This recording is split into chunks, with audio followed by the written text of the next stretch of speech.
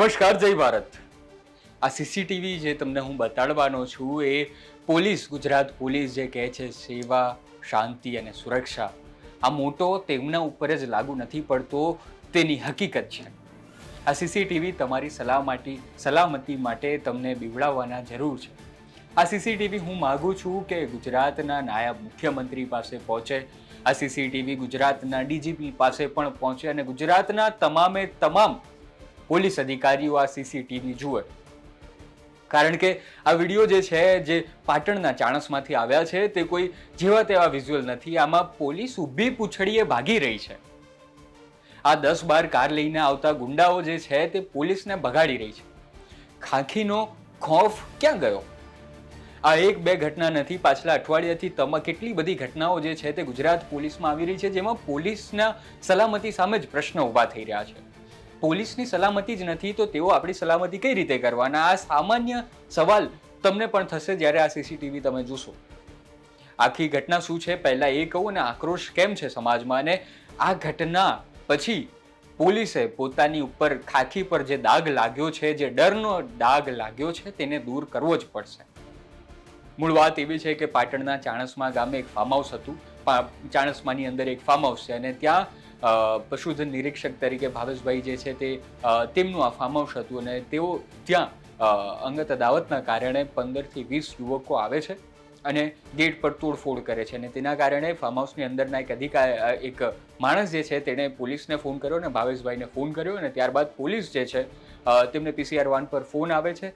Patrolling માટેની જે police અધિકારીઓ જે છે તે ત્યાં પહોંચે છે. ગેટ પર સીસીટીવી છે, પોલીસ ત્યાં સામે છે, છતાં પણ પેલા જે ગુંડા તત્વો છે તે જેની સામે અત્યારે પોલીસે ગુનો દાખલ કરી લીધો છે, પણ એ ગુંડા તત્વો પોલીસથી બીતા નથી.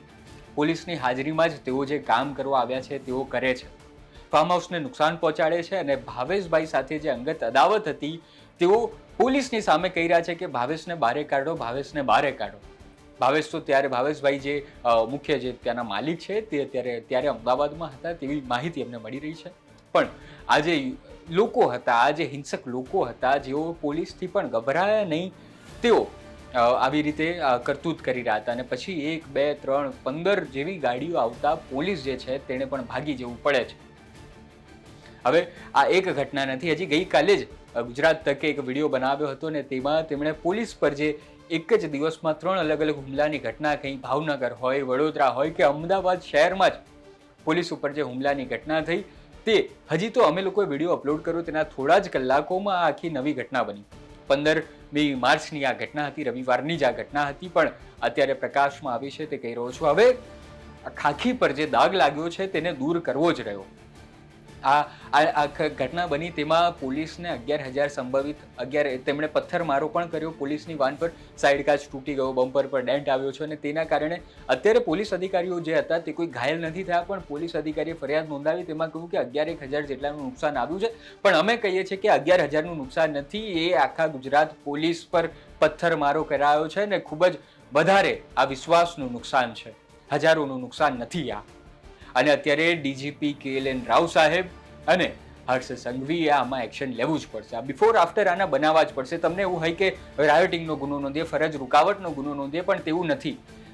આખી ઘટનાએ સામાન્ય માણસને જે છે તે સલામતી, શાંતિ અને સેવા જે આપણો મોટો છે ગુજરાત પોલીસનો, તેની સામે પ્રશ્નાર્થ ચિહ્ન મૂકી દીધો છે, ઊભો કર્યો છે.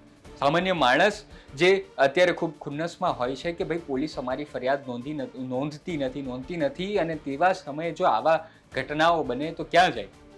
એમ પણ પોલીસ ઉપર ઘણા બધા સવાલો છે જ કે તેઓ કાર્ય નથી કરતા, હફતા લે છે. આ તમામ સવાલો એક જગ્યાએ અને ખાખીની ખુદદારી એક જગ્યાએ. જો ખાખીનો ડર જ પૂરો થઈ જશે તો પછી આ તમારું જે ગુજરાત છે, જે ગુજરાત મોડેલ છે, તેની વાત જે તમે કરો છો, બણગા ફૂકો છે, તે ક્યાં જશે?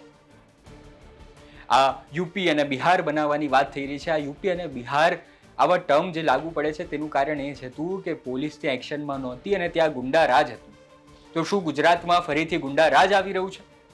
એક નહીં, બે નહીં, 2-3 દિવસમાં જેટલી બધી ફરિયાદો. ગઈકાલે રાજકોટમાં જ રાજકોટ પોલીસ અને દલિત આગેવાનો વચ્ચે પણ આવા હુમલાના દ્રશ્યો આપણને દેખાયા. શું આ કેટલું યોગ્ય છે કે પોલીસ જ્યારે કામ નથી કરતી ત્યારે એક સમાજ ભેગો થાય અને પછી તેમની ઉપર જ જે છે તે હો હલ્લા કરે અને તેમની વચ્ચે ઘર્ષણ થાય? પોલીસ કામ કરશે. અને તમારે પોલિટિકલ પ્રેશર આપવું એ તમારું કામ છે, અને જ્યારે જ્યારે કામ ન કરે ત્યારે તમારે પ્રેશર આપવું જ પડે. મોટાભાગના કિસ્સાઓમાં એવું થાય છે કે પોલીસ કામ નથી કરતી, અથવા તો તેમની ઉપર કામનું ભારણ જ એટલું વધારે છે કે રોજની બનતી ઘટનાઓમાં તેઓ જે છે તે ત્વરિત એક્શન ન લઈ શકે. પણ એનો અર્થ એ નથી કે આપણે ખાખીની ખુદદારી ભૂલી જઈએ, ખાખીનો ખોફ જે છે તે સાવ ખતમ કરી કાઢીએ.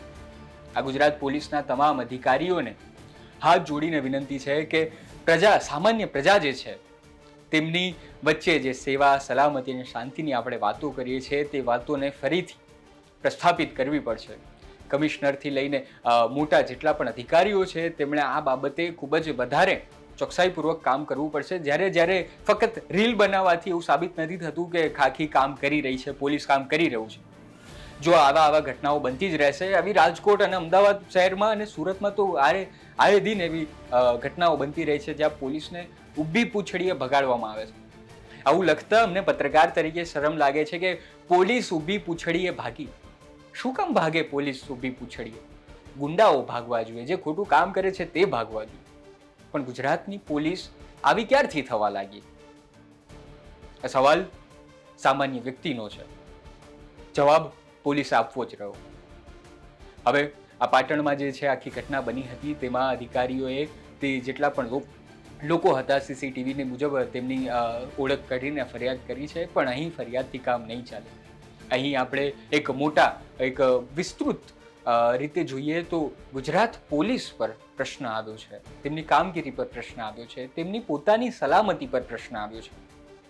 હવે આમાં પોલીસ આગળ કયા પગલાં લે છે તે જોવું જ રહ્યું. બિફોર અને આફ્ટર જે બનાવે છે તે કેટલું જલ્દી બનાવે છે. શું ગુજરાત પોલીસ આમાં એક દાખલારૂપ કાર્યવાહી કરશે કે કેમ, તે જોવું જ રહ્યું. આ વિશે તમારું શું કહેવું છે તે અમને કોમેન્ટમાં જરૂર જણાવો.